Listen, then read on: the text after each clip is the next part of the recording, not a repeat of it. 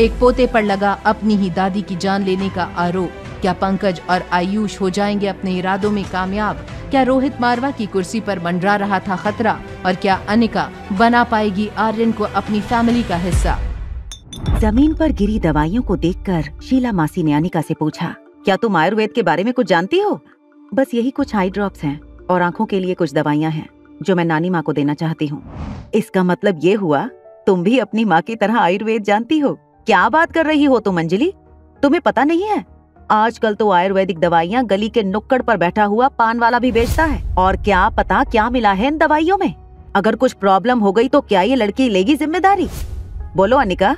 बस करो शीला, अनिका बच्ची है। स्वाति को लेकर अपना गुस्सा इस पर मत उतारो। किशन मामा की बात सुनते ही शीला मासी किशन मामा के साथ भी झगड़ने लगी। अनिका बिना कुछ कहे वहाँ से निकल गई और सीधा नानी के कमरे में चली गई। कौन है वहाँ? मैं हूँ नानी माँ। मेरी बच्ची आजा मेरे पास। तुम शीला मासी की बातों का बुरा मत मानना, मेरी ही बेटी है। जबान से बहुत कड़वी है मैं जानती हूँ, मगर दिल की बहुत नर्म है। नानी माँ की ये बात सुनकर नानी माँ और अनिका दोनों हंस पड़े। अनिका ने अपने हाथ में पकड़ी आई ड्रॉप्स और टैबलेट की शीशी नानी माँ के बेड के बगल में रखे साइड टेबल पर रखी। नानी माँ, ये जड़ी बूटियों से बनी कुछ दवाइयाँ हैं जो आपको लेनी है। कुछ आई ड्रॉप्स हैं जो आपको आंखों में डालने हैं। अनिका का दिल रखने के लिए उसकी हाँ में हाँ मिलाते हुए नानी माँ ने अनिका के सारे इंस्ट्रक्शन सुन लिए। नानी माँ को सब कुछ समझाने के बाद अनिका उनके कमरे से चली गई। अनिका के जाने के बाद अंजलि मामी नानी के कमरे में आई। नानी माँ का जूस टेबल पर रखते ही अंजलि मामी का ध्यान पास पड़ी दवाइयों पर गया। मम्मी जी, ये दवाइयाँ आपको अनिका ने दी हैं?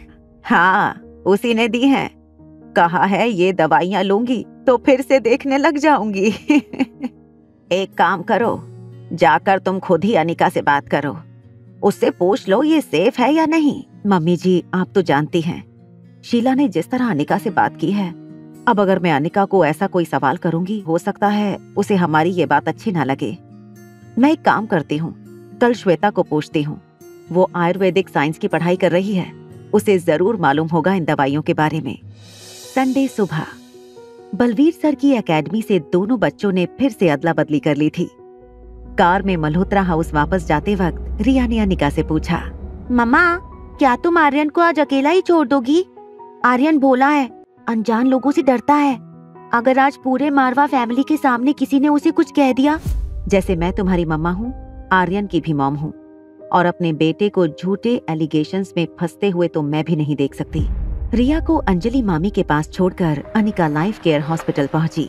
दादी माँ के कमरे के बाहर लगभग पूरा का पूरा मारवा खानदान इकट्ठा हुआ था। उनके सामने खड़े होकर पंकज मारवा चिल्ला चिल्ला कर अपनी बात रख रहे थे।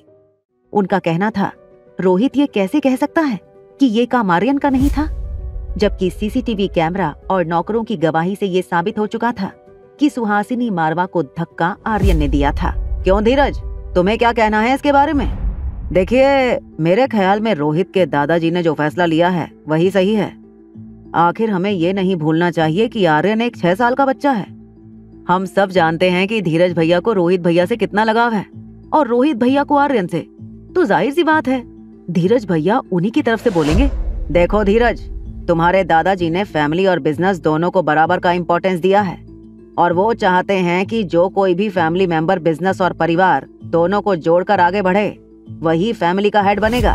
देखो चाचा जी, दादी बस कुछ ही दिनों में होश में आ जाएं, तब हमें इस बात का फैसला, और अगर माँ कभी जाग ही नहीं पाई तो क्या हम इस मैटर को यहीं क्लोज कर देंगे? डॉक्टर भी ऐसी चुनी गई जिसे हम में से किसी ने पहले कभी नहीं देखा, और अब माँ की सर्जरी को 4 दिन बीत चुके हैं मगर अब तक वो होश में नहीं आई। इसका एक ही मतलब निकलता है कि एक बाप अपने पागल बेटे को बचाने के लिए अपनी दादी की बलि देना चाहता है। पंकज चाचा की ये बात सुनकर पूरे हॉल में अचानक लोग एक साथ आपस में बातें करने लगे। रोहित चुपचाप एक कोने में बैठा हुआ पंकज चाचा के लगाए ब्लेम और एलिगेशन सुन रहा था। उसने क्यों अनिका को ऑपरेशन करने के लिए चुना, इसका जवाब तो वो खुद नहीं जानता था। बस उसे यकीन था कि अनिका ने कहा था कि ठीक 4 दिन बाद दादी माँ को होश आ जाएगा। रोहित, कुछ ही देर में बड़े बड़े पॉलिटिशियंस और मीडिया वाले भी यहाँ पहुँचने वाले हैं। तुम्हें आज पूरी दुनिया के सामने ये बताना होगा कि आखिर क्यों तुमने बिना किसी फैमिली मेंबर की इजाजत लिए माँ को इतने बड़े खतरे में क्यों डाला है? पंकज और आयुष रोहित पर प्रेशर बना रहे थे जवाब देने के लिए। तभी वहाँ दादी माँ के आईसीयू रूम से डॉक्टर शालिनी बाहर आई। पंकज चाचा और आयुष कमरे में मौजूद पूरे मारवा खानदान को रोहित के खिलाफ भड़काना चाहते थे, जो रोहित के लिए हर फैसले की तारीफ करते थे। आज उन सबको रोहित की नीयत पर शक हुआ था। आखिर रोहित सच में अपने बेटे को बचाने के लिए इस हद तक गिर गया था? रोहित उठो और परिवार के लोगों के साथ बात करो। कह दो उन्हें कि ये सब झूठ है। तुमने जिस डॉक्टर को दादी माँ के ऑपरेशन के लिए चुना था, बता दो इन्हें कि वो डॉक्टर कौन है। आज पूरे देश की नजर हम पर है और मैं नहीं चाहता कि कंपनी की जिम्मेदारी अब किसी ऐसे इंसान के हाथ में रहे जो अपने और अपने बेटे के निजी फायदे के लिए कंपनी के उसूलों को और कंपनी के प्रिंसिपल्स को ताक पर रख दे। मारवा इंडस्ट्रीज के बोर्ड ऑफ डायरेक्टर्स और मेरे प्यारे फैमिली मेंबर्स, आप सब बस आज शाम तक यहीं रुक जाइए, क्योंकि आज शाम तक दादी माँ को होश आ जाएगा। रोहित की ये बात सुनते ही कमरे के लोग अचानक एकदम से शांत हो गए। पंकज और आयुष ये सुनकर हैरान हो गए। आप इतनी श्योरिटी से कैसे कह सकते हैं कि दादी माँ को शाम तक होश आ जाएगा? चलो ठीक है, हम सब यहाँ अपना अपना काम छोड़कर बैठ जाते हैं शाम तक, लेकिन क्या तुम भी ये मानोगे कि अगर माँ को शाम तक होश नहीं आया तो तुम आर्यन को मारवा खानदान से बेदखल कर दोगे और कंपनी के हेड की कुर्सी भी छोड़ दोगे? पंकज चाचा की ये बात सुनकर सबको शौक लगा था। कमरे की एक साइड में खड़ी डॉक्टर शालिनी ये सब कुछ सुन रही थी। डॉक्टर शालिनी ने टेबल पर पड़ा एक कांच का ग्लास उठाया और एक चम्मच से ग्लास को बजाते हुए सबसे कहा, एक खुशखबरी है, दादी माँ को होश आ गया है। डॉक्टर शालिनी की अनाउंसमेंट सुनते ही एक नर्स दादी माँ को व्हील चेयर में बाहर लेकर आई। दादी माँ जैसे ही बाहर हॉल में आई, पूरे परिवार को एक साथ देखकर वो खुश हो गईं। सभी लोग बारी बारी दादी माँ के पास आकर उन्हें मिलने लगे। पंकज और आयुष अब तक ये यकीन नहीं कर पा रहे थे। बाप बेटे ने एक दूसरे की तरफ देखा और अचानक अपने मुंह से टेंशन वाले एक्सप्रेशन हटाकर खुश होने की एक्टिंग करने लगे। दादी माँ, मैं और पापा बता नहीं सकते कि आज आपको ऐसे देखकर हमें कितनी खुशी हो रही है। माँ, भगवान का लाख लाख शुक्र है कि उस पागल बच्चे के अटैक से तुम बच गईं। पंकज के मुंह से ये बात सुनते ही दादी माँ का एक हाथ जोर से पंकज के गालों पर पड़ गया। थप्पड़ की आवाज इतनी ऊंची थी कि हॉल में मौजूद सभी लोग अपनी अपनी जगह पर खड़े हो गए। वो छोटा सा बच्चा मुझसे बहुत प्यार करता है। जब मैं सीढ़ियों से गिर रही थी तब वो मुझे बचाने की कोशिश कर रहा था, मगर उसके नन्हे शरीर में मुझे बचाने की ताकत नहीं थी। आर्यन पागल नहीं है। पागल तो वो लोग होते हैं जो अपने फायदे के लिए किसी बच्चे की जिंदगी बर्बाद करने से भी नहीं चूकते। कमरे में खड़े सभी लोग ये बात समझ चुके थे कि रोहित और आर्यन को मारवा खानदान से बेदखल करने के लिए पंकज और आयुष ने ये पूरा ड्रामा खड़ा किया था। दादी माँ ने डॉक्टर शालिनी को अपने पास बुलाया और रोहित से कहा, एक बात कहूँ रोहित, आज मैं जो वापस होश में आ सकी हूँ वो बस सिर्फ इसी लड़की की वजह से।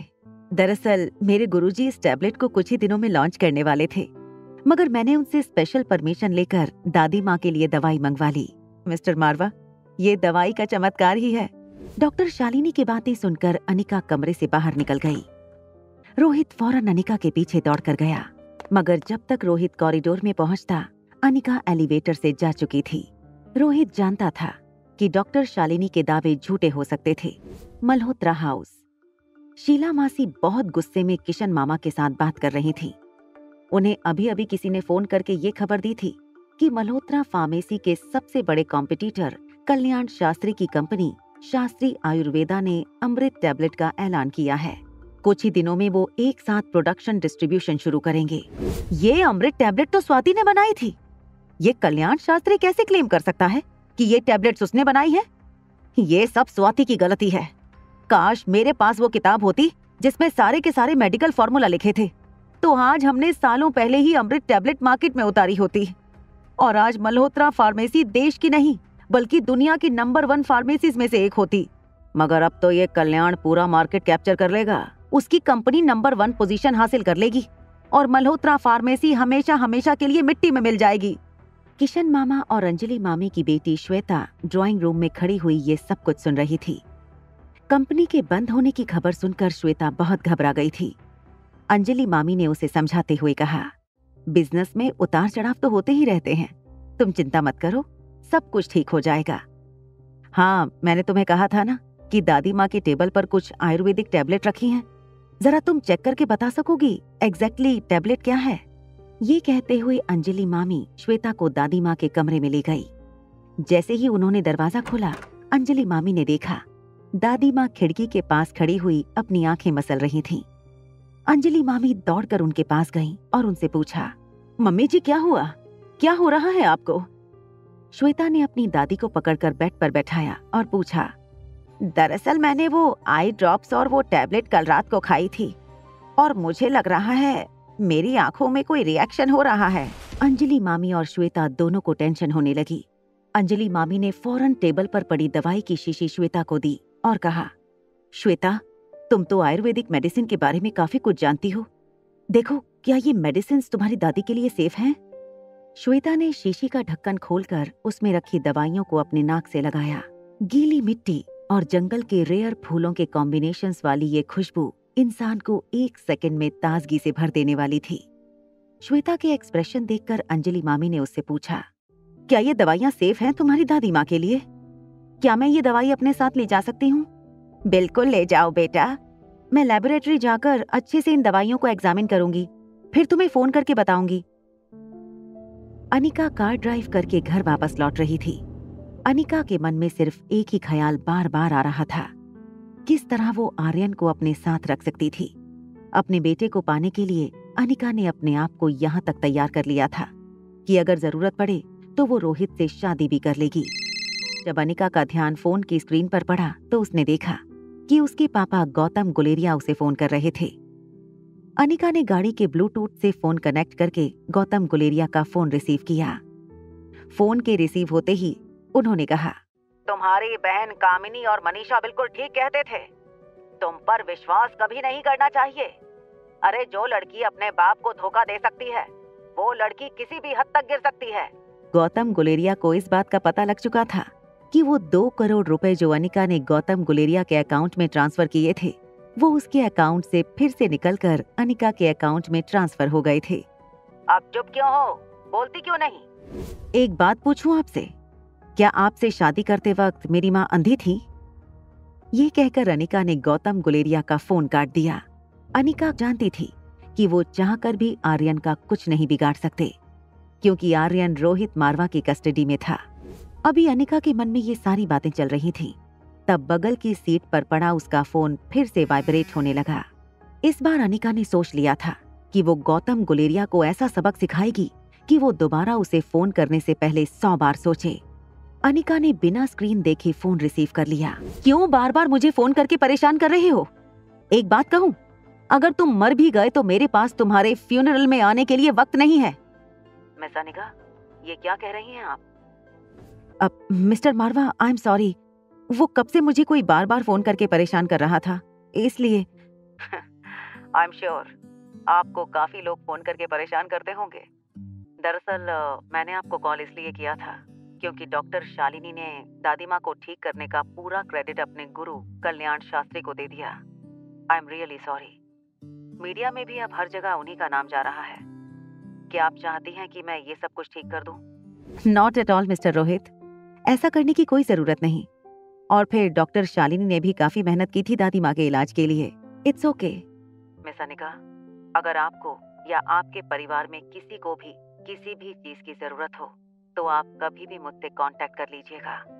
मुझसे मिलने के लिए you don't need an appointment. जी thank you so much mister Rohit. और मैं भी आपसे कहना चाहूंगी कि अगर आपके परिवार में किसी को भी इलाज की जरूरत पड़े तो आप बेझिझक मुझे कांटेक्ट कर लीजिएगा। स्पेशली अगर आपके बेटे को डॉक्टर की जरूरत पड़े तब आप मुझे फौरन कांटेक्ट कीजिएगा।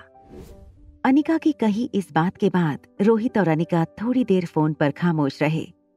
दोनों सोच रहे थे कि आगे क्या बात की जाए, तो अचानक ही साइलेंस ब्रेक करते हुए अनिका ने कहा, okay bye, see you later. ये कहकर अनिका ने फोन काट दिया। अनिका ने धीरे से अपना हाथ कार की स्टीयरिंग व्हील पर मारा। उसे पता था कि रोहित से नजदीक आने का एक मौका आज उसने गंवा दिया था। वहां रोहित ऑफिस में बैठकर ये सोच रहा था, उस रात अनिका और उसके बीच जो भी हुआ वो सारी यादें एक साथ रोहित के दिमाग में फ्लैश होने लगी। तभी रोहित के कानों पर एक आवाज पड़ने लगी। रोहित सर ये रेजिग्नेशन लेटर है, अगर आप पढ़ लेंगे एक बार तो अच्छा होगा। जब रोहित अपने ख्यालों से बाहर आया तो उसने देखा कि उसका सेक्रेटरी चिराग मेहता उसके सामने एक फाइल लिए खड़ा था। सर ये पंकज मारवा का रेजिग्नेशन लेटर है, वो वाइस प्रेसिडेंट की कुर्सी छोड़ना चाहते हैं। मैं भी यही चाहता था। क्या तुमने उन लोगों की लिस्ट तैयार की है जो लोग पंकज चाचा के साथ कुछ ज्यादा ही घुल मिल कर रह रहे थे? जी सर, ये सारे लोग हैं जिनके साथ मिस्टर पंकज मारवा के अच्छे संबंध थे। इनमें से कुछ सप्लायर ऐसे भी हैं जिनका मार्केट में नाम बहुत खराब है। Good job. दरअसल इतने टाइम से रोहित इसलिए पंकज चाचा की मनमानियां चलने दे रहा था, मगर अब रोहित उन लोगों से चुन चुन के बदला लेने वाला था। जैसे ही अनिका मल्होत्रा हाउस पहुंची, उसने देखा कि किशन मामा और शीला मासी लिविंग रूम में सोफे पर बैठे थे। दोनों के चेहरे देखकर ये साफ पता चल रहा था कि अभी अभी घर में कोई बहुत बड़ी टेंशन हुई थी। इससे पहले कि अनिका किशन मामा से कुछ पूछती, शीला मासी ने टेबल पर पड़ा चाय का कप उठाकर अनिका के मुंह पर चाय फेंक दी। सच बता, क्या करने आई है तू इतने सालों बाद हमारे घर में? पता है माँ की हालत क्या हो गई है तुम्हारी दवाइयों की वजह से? शीला मासी की ये बात सुनकर अनिका हैरान हो गई। जैसे ही अनिका नानी माँ के रूम की तरफ बढ़ने लगी, नानी माँ अंजलि मामी के साथ रूम के बाहर आईं और चिल्लाकर बोली, चलिए जाओ मेरे घर में से और दोबारा इस घर में कदम मत रखना। आखिर नानी ने अनिका को घर से बाहर जाने के लिए क्यों कहा? शीला मासी की बदतमीजी का क्या जवाब देगी अनिका? और रोहित और अनिका के बीच बातों का सिलसिला बढ़ेगा आगे या आएगी कोई नई मुसीबत? जानने के लिए देखिए अगला एपिसोड सिर्फ पॉकेट एफएम के YouTube चैनल पर। और एक लड़की को देखा तो के सारे एपिसोड्स को सुनने के लिए डिस्क्रिप्शन में दी हुई लिंक से डाउनलोड कीजिए पॉकेट एफएम ऐप।